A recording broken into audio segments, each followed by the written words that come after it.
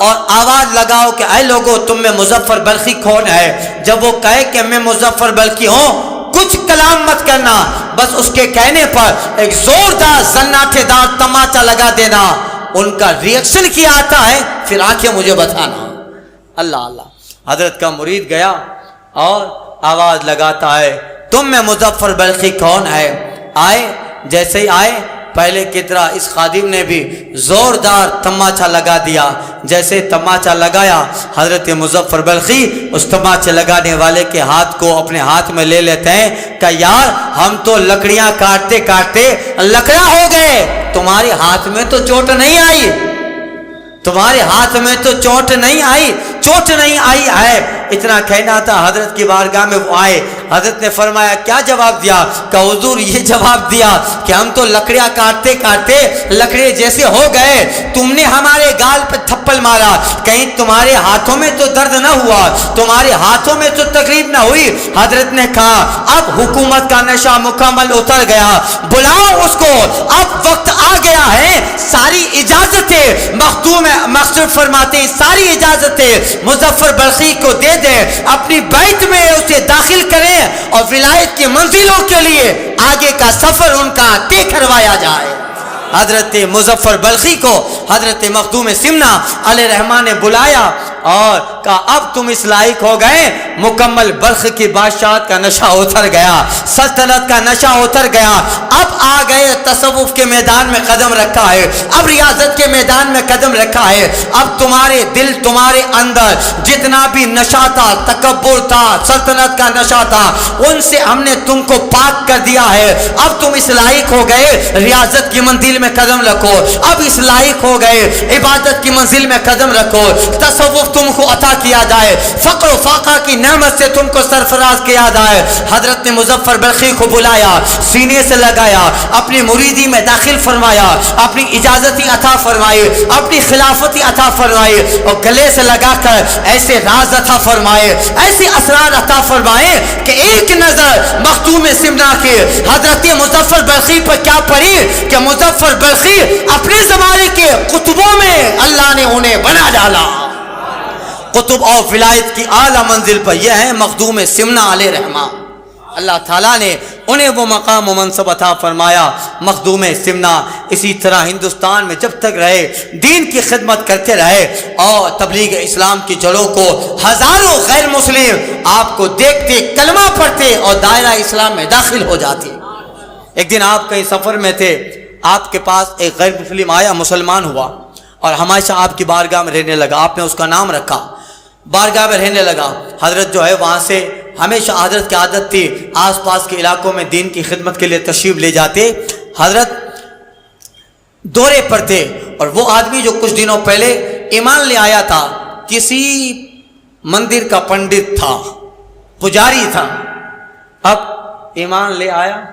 حضرت نے اسلامی نام رکھا۔ ابھی حضرت اپنے ساتھ اپنے خادموں کے ساتھ ان کو بھی لیتے، ایک دن گزر رہے تھے، راستے میں وہی مندر آیا جس کا یہ پجاری تھا،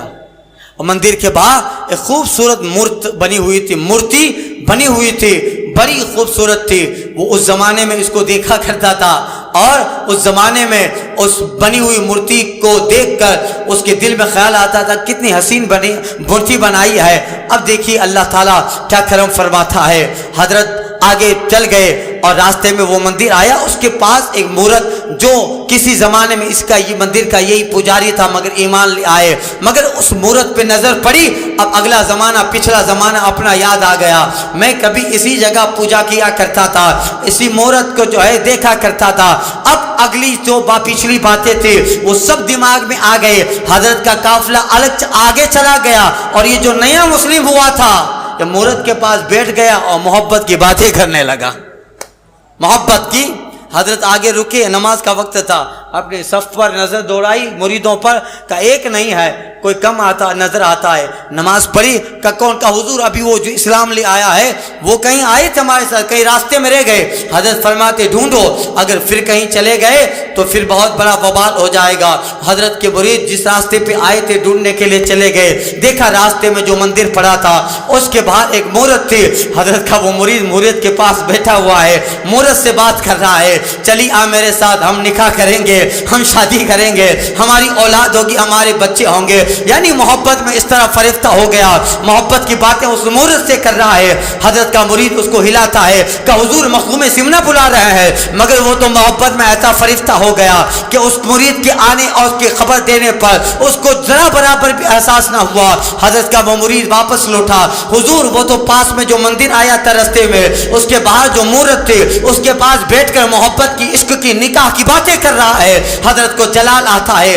اللہ اللہ، حضرت جو ہے واپس پلٹے، جہاں وہ بیٹھا ہوا تھا وہاں پہ تشریف لے آئے۔ حضرت کے عادت کریمہ تھی، حضرت اپنے سیدھے کندھے، اپنے بائیں کندھے پر حضرت رومال رکھا کرتے تھے۔ جیسے دیکھا جلال میں آئے تھے، مگر حضرت اپنے اس مرید کے پاس آئے تو کیا دیکھا کہ یہ تو اس پتھر کی مورت سے عشق و محبت کی باتیں کر رہا ہے۔ آئے حضرت مخدوم سمنہ جلال سے تھے، مگر مرید کی بے بسی کو دیکھا، مرید کی اس محبت کو دیکھا، مخدوم سمنہ کے دل میں رحم آ گیا۔ جلال میں آتے ہیں، جلال میں آ کر حضرت مخدوم سمنہ علیہ رحمت و رضا اس مورت کے پاس قریب میں آئے اور مورت کو ٹھوکر مار کے حضرت فرماتے ہیں، ارے کب سے میرا مرید کہہ رہا ہے چلی کیوں نہیں جاتی، یہ کہہ کر ٹھوکر ماری، اللہ نے مورتی میں جان پیدا فرما ڈالی۔ یہ کہا اللہ نے مورتی میں جان ڈالی، وہ مورتی ایک مجسمہ عورت بن گئی۔ روح کی کمی تھی، پورا جسم تو تیار تھا، بنا ہوا تھا، روح آ گئی اور اس میں اللہ تعالیٰ نے جان ڈال دی۔ اللہ اللہ، حضرت مخدوم اشرف سمنہ رحمۃ اللہ تعالیٰ علیہ کے پاس رومال جو رکھا کرتے تھے اس کے سر پہ اوڑا دیا، اپنے مرید سے کہا کہ جاؤ ان دونوں کا نکاح پڑھا دو۔ اللہ اللہ، یہی ہے۔ اور پھر اللہ تعالیٰ نے ان کی نسلوں میں اور بہت ساری اولاد پیدا کی۔ حضرت علامہ ابراہیم خلکنی جو ہے مصنف، وہ لکھتے ہیں کہ پھر ان کی نسلیں بڑھی، ان کی نسلوں میں جو بچہ پیدا ہوتا، ان کی یہ چھوٹی والی آخر والی چونگلی ہے وہ پتھر کی ہوتی، یعنی کچھ حصہ پتھر کا ہوتا تھا۔ اللہ نے اس میں یہ کرامت رکھی تھی تاکہ لوگوں کو پتہ چلے تا مخدوم سمنہ کی کرامت سے یہ سب ہوا تھا، یعنی اس پائے کے بدرو حضرت مخدوم سمنہ رحمت اللہ تعالی علیہ۔ آج بھی ان کے مزار پہ جا کے دیکھو، جنات، جادو، بلائیں، آسے اور بڑی بڑی خطرناک بیماریاں مخدوم سمنہ علیہ رحمہ کی بارگاہ سے لوگ شفا پاتے ہیں، یعنی فیض بچ رہا ہے۔ اسی لیے محبت کرنے والے نے حضرت کی بارگاہ میں نذران محبت اتنا عظیم الشان پیش کیا تھا کہ حضرت کی بارگاہ کا جو یہ شعر ہے جو حضرت کی سوانے کے تعلق اور حضرت کے کرامت کو بیان کرنے والے یہ چند رباعیات اشعار ہیں، ان اشعار کی فضیلت ہے۔ اگر آصف زدہ پہ دم کر دیا جائے، آصف بھاگ جاتا ہے، جنات بھاگ جائے۔ اگر جادو ہو مکان میں، ان اشعار کو پڑھا جائے، جادو مکان سے ختم ہو جاتا ہے۔ کرنے والے نے کہا تھا، اے سیدی اشرف جہانگیر دست منظار و ناتواگیر، اے اشرف زمانہ زمان مدد نما، اے اشرف زمانہ زمان مدد نما، کارہائے بستہ راز کلید کرم کشا، اے سید اشرف جہانگیر دست منظار و ناتواگیر۔ یہ حضرت مخدوم سمنہ رحمۃ اللہ تعالی علیہ اعلی حضرت نے انہی بزرگوں کے بارے میں کہا، تیرے غلاموں کا نقش قدم ہے راہ خدا، وہ کیا بھاگ سکے جو یہ سراغ لے کے چلے، خدا والے دل کی بستیاں آباد کرتے ہیں، اسیر ظلم کو ہر قید سے آزاد کرتے ہیں، چلا آتا ہے بیت اللہ خود ان کی زیارت کو جو صمیم قلب سے مصطفیٰ کو یاد کرتے ہیں۔ واخر دعوانا